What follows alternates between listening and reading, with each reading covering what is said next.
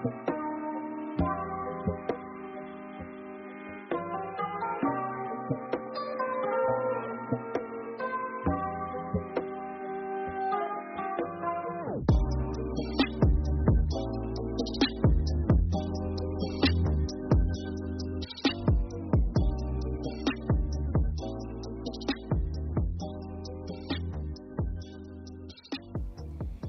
semua. Hari ini kita kembali untuk ibadah online. Mari persiapkan hati kita yang terbaik. Berikan pujian kita yang terbaik, suara kita yang terbaik untuk Tuhan. Yes, Lord.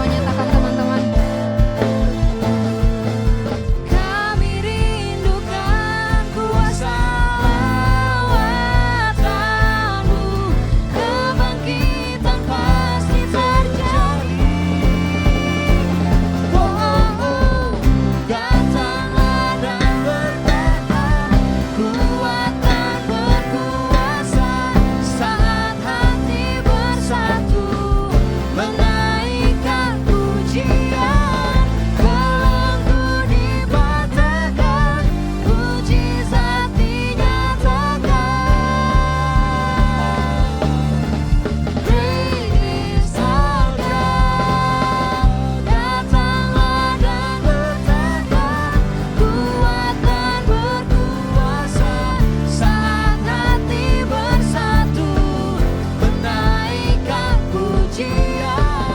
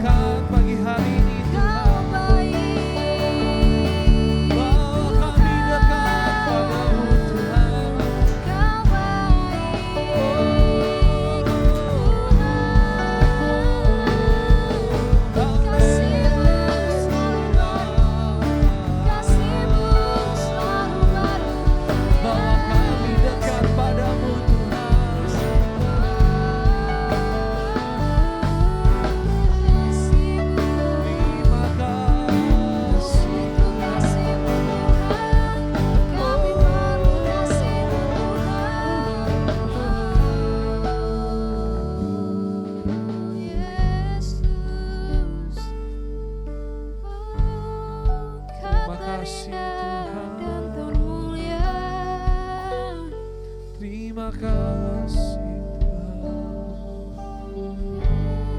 Yesusku, Kau terindah, penebus kami Tuhan. mulia. Terima kasih Yesus Tuhan, penebus kami Tuhan. Terima kasih Tuhan.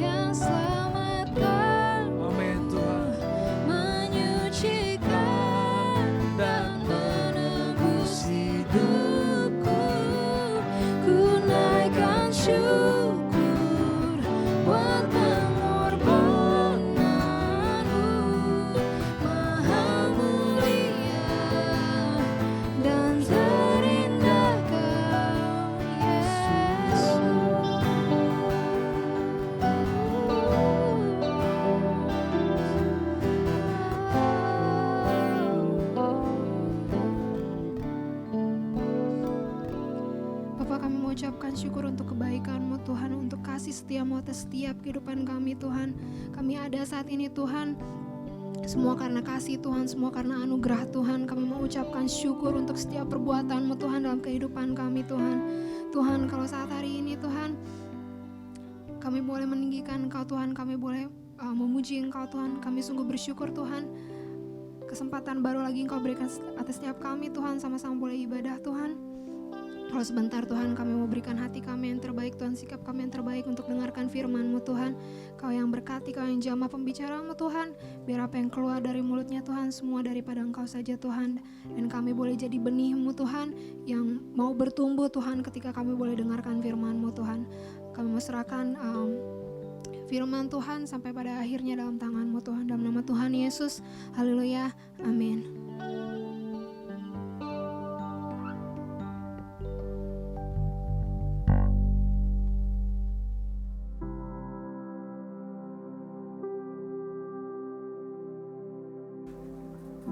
Halo semuanya, selamat pagi, shalom untuk teman-teman yang saat ini udah masuk fase new normal dan kita tetap masih menjalankan ibadah online juga. Dan kali ini di bulan Juli kita akan bahas tentang pelayanan yang minggu kemarin juga udah dibahas beberapa poin ya dari Om Edo, dan minggu ini kita akan bahas tentang pelayanan gereja. Sebenarnya pelayanan itu bisa kita lakuin di mana aja ya. Mau di lingkungan sekolah kalian, keluarga, terus tempat kerja, bahkan tempat kampus gitu. Dimanapun bisa kalian lakuin sebuah pelayanan gitu. Jadi, dan pelayanan itu juga adalah sebuah anugerah dari Tuhan gitu.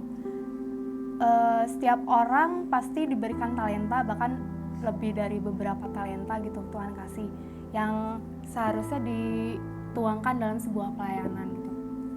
Jadi nggak ada sesuatu yang perlu untuk disombongkan, nggak ada rasa yang harus untuk menghakimi orang lain gitu, karena misalnya si orang ini tuh susah untuk belajar, susah untuk diatur misalnya, terus nggak ada rasa egois atau senioritas juga gitu. Kita buka dulu yuk di Kolose 3 ayat 23. Kolose 3 ayat 23. Kolose 3 ayat 23.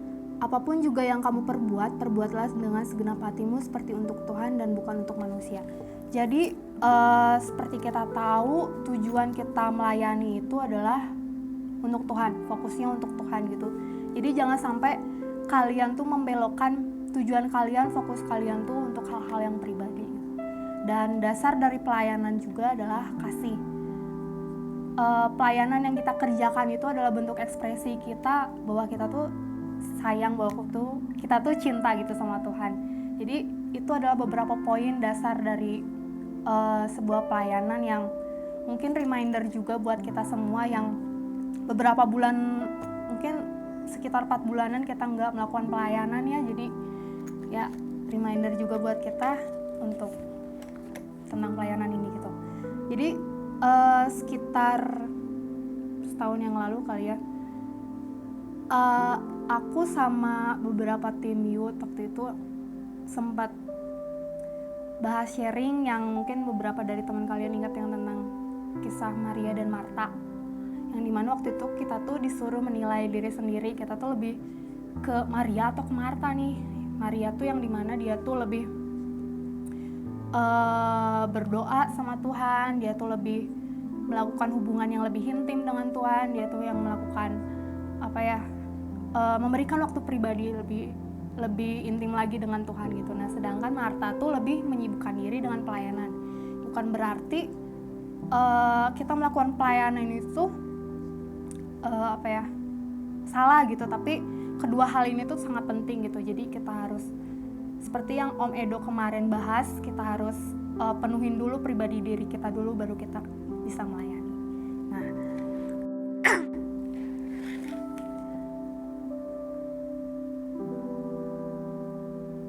selanjutnya itu kenapa sih kita harus melayani ini tuh sering banget dibahas juga ya. Yang pertama, kita diciptakan dan dipanggil untuk melayani Allah di Efesus 2 ayat 10. Kita buka dulu yuk di Efesus 2 ayat 10. Karena kita ini buatan Allah, diciptakan dalam Kristus Yesus untuk melakukan pekerjaan baik yang dipersiapkan Allah sebelumnya. Ia mau supaya kita hidup di dalamnya. Jadi di sini ada kalimat melakukan pekerjaan baik. Sebenarnya di sini nggak dijelasin secara rinci sih ya melakukan pekerjaan baik itu apa, tapi salah satunya adalah melakukan pelayanan gitu. Jadi pada saat kita nih sebelum dibentuk dalam rahim ibu kita udah dipilih untuk melakukan sebuah pelayanan lewat talenta yang udah Tuhan kasih gitu. Nah yang kedua, kita diselamatkan untuk melayani Allah di ayat 2 Timotius 1 ayat 9.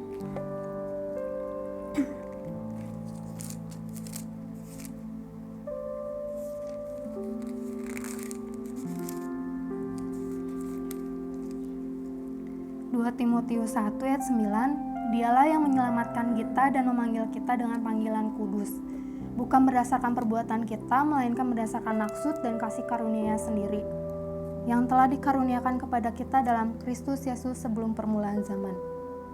Jadi dia sebelumnya yang di Efesus itu bilang perbuatan baik, dan di sini bilang panggilan kudus. Di ayat Efesus juga sebelumnya sebelum kita ada di rahim ibu kita, dan di sini dijelasin sebelum permulaan zaman. Jadi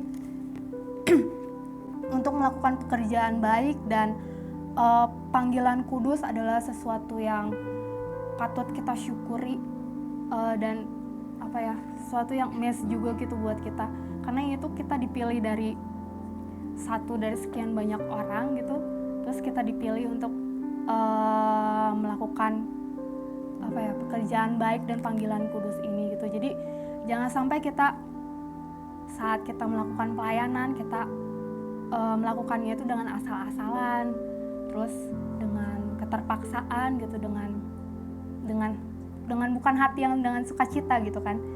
Jadi itu adalah beberapa poin yang tentang pelayanan. Nah ini aku bakal bagiin juga poin penting dalam pelayanan dan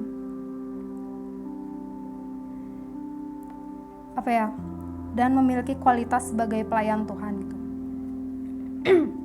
Yang pertama adalah komitmen.